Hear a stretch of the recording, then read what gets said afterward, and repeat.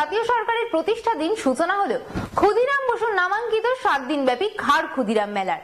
এই মেলার উদ্বোধন করেন রাজ্যের কারামন্ত্রী অখিল গিরি। ক্ষুদিরাম বসু আমাদের কাছে পথ প্রদর্শক। তিনি নিজের জীবনকে আত্মবলিদান দিয়ে দেশকে রক্ষা করছেন। তার কাছ থেকে আমরা এই মেলার মাধ্যমে তার ওই আত্মত্যাগের আমাদের সমাজের গড়ার ক্ষেত্রে মানুষ নিজেদেরকে আদর্শে অনুপ্রাণিত হবে। রবিবার রাতে পূর্ব মেদিনীপুর জেলার পটাশপুর থানার খাড় ক্ষুদিরাম মেলার আনুষ্ঠানিক উদ্বোধনে এসে এহেন মন্তব্য করেন রাজ্যের কারাগার মন্ত্রী অখিল গিরি। তিনি জানিয়েছেন, ক্ষুদিরাম বসুর নামাঙ্কিত এই মেলা তাম্রলিপ্ত জাতীয় সরকারের প্রতিষ্ঠা দিবসের দিনই এই মেলা খুবই গুরুত্বপূর্ণ। এদিনের উদ্বোধনী অনুষ্ঠানে উপস্থিত ছিলেন পূর্ব মেদিনীপুর জেলা পরিষদের সভাধিপতি ও পটাশপুরের বিধায়ক উত্তম বারিক, পশ্চিমবঙ্গ স্বরোজগার যোজনার চেয়ারম্যান তপন ঘোষ, পটাশপুর 2 পঞ্চায়েত সমিতির সভাপতি স্বপন মাইতি, পটাশপুর 2 পঞ্চায়েত সমিতির সহসভাপতি পীযূষ কান্তি পণ্ডা, সমাজসেবী দুর্গাপদ পাহাড়ি, বিজন বন্ধু বাগ প্রমুখ। আয়োজক সংস্থার সভাপতি তথা পূর্ব মেদিনীপুর জেলা পরিষদের সদস্য ও সম্পাদক পশুপতি মাইতি জানিয়েছেন, এবার 22তম বর্ষে পদার্পণ করল এই খাড় ক্ষুদিরাম মেলা। 7 দিন ধরে চলবে এই মেলা। চলছে বস্ত্র বিতরণ, রক্তদান সহ নানা সামাজিক অনুষ্ঠান। মেলায় রয়েছে 1 শতাধিক স্টল। তবে এই সামাজিক দায়বদ্ধতা থেকে এলাকার মানুষের পাশে দাঁড়াতে এই উদ্যোগ গ্রহণ করা হয়েছে।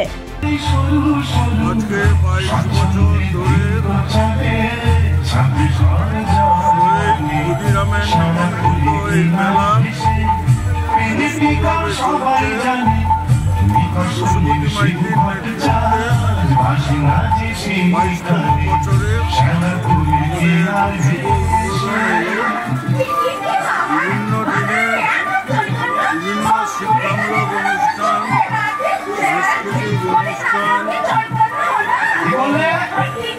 বিভিন্ন রকমের প্রতিযোগিতা প্রত্যেক বছরের মতো এবছর পরীক্ষা শিবির, রক্তদান শিবির, সমস্ত কিছু মেলার অঙ্গ হিসেবে তাকে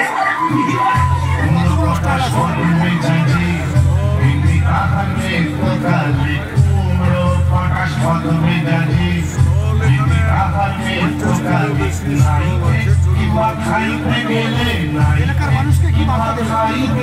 এলাকার মানুষকে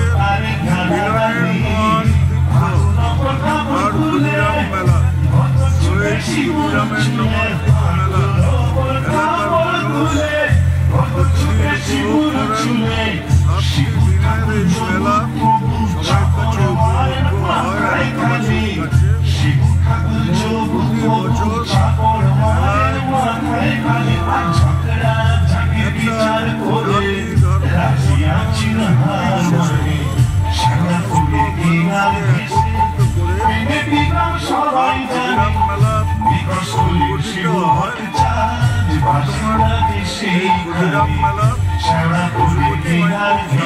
সম্পাদকের নেতৃত্বে এই মেলা চলছে এবং সাফল্যের সঙ্গে বহু যুবক এই মেলাতে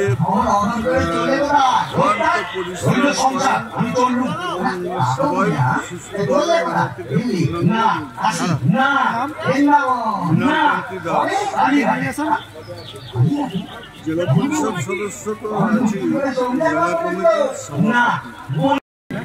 ক্ষুদিরাম আমাদের কাছে আমাদের পথপ্রদর্শক। ক্ষুদিরাম তার নিজের জীবনকে বলিদানের মাধ্যমে যে দেশকে রক্ষা করেছেন, তার কাছ থেকে আমরা এই মেলার মাধ্যমে তার যে আত্মত্যাগ, এই আত্মত্যাগ আমাদের সমাজে মানুষ দেশ গড়ার কাজে, সমাজ গড়ার কাজে তারা নিজেদের জীবনকে সাধারণ মানুষের জন্য নিয়োজিত করুক, এইটার আমি মানুষকে বুঝাবার চেষ্টা করি। তাম্রলিপ্ত জাতীয় সরকার প্রতিষ্ঠা দিবসের দিন আপনি কার্যত বললেন যে মেদিনীপুরের সন্তান না, এখনো পর্যন্ত বিদ্যাসাগর সম্পর্কে বা ক্ষুদিরাম সম্পর্কে জানেন না। আর সবাই নয়, কিছু কিছু লোক যারা পড়াশোনায় খুব অবহেলা করে, যারা মেদিনীপুরের ইতিহাস সম্পর্কে জানতে চায় না, তাদের জেনে রাখা ভালো। কারণ যেহেতু মেদিনীপুরের সন্তান, মেদিনীপুর একটা সেন্টিমেন্ট জেলা, স্বাধীনতার আন্দোলন থেকেই জেলা, যে জেলা ভারতবর্ষের মানুষকে পথ দেখিয়েছে, সেই জেলায় বিদ্যাসাগরের সম্পর্কে আমাদের জানা উচিত। বলছি, মহারাষ্ট্রের বালিয়া, উত্তরপ্রদেশের সাতরা, পশ্চিমবঙ্গের মেদিনীপুর,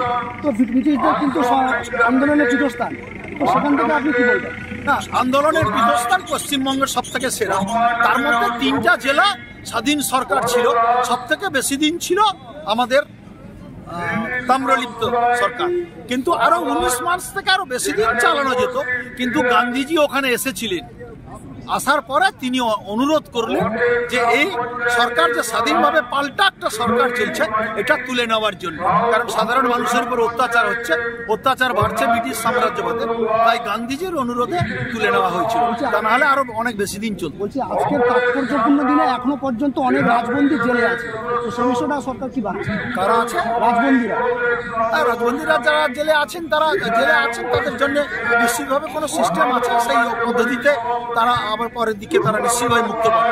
কয়েকদিন আগে আপনি তো কৃষ্ণনগরে জেল পরিদর্শনে গেছেন, কি দেখলেন? আমি আমার ডিপার্টমেন্টের আমার জেলে দেখতে গেছিলাম। ব্যবস্থাটা এখন তো আর জেল মানেই কারাগার মানে সে কথাটা উঠে গেছে, সংশোধনাগার বলা হয়েছে। মানুষকে কতটা সংশোধন করা যায়, তাই আমরা আমাদের সিস্টেম পাল্টাচ্ছি, মুক্ত জেল করছি বিভিন্নভাবে, যাতে মানুষ কোনো বন্দী না থাকে।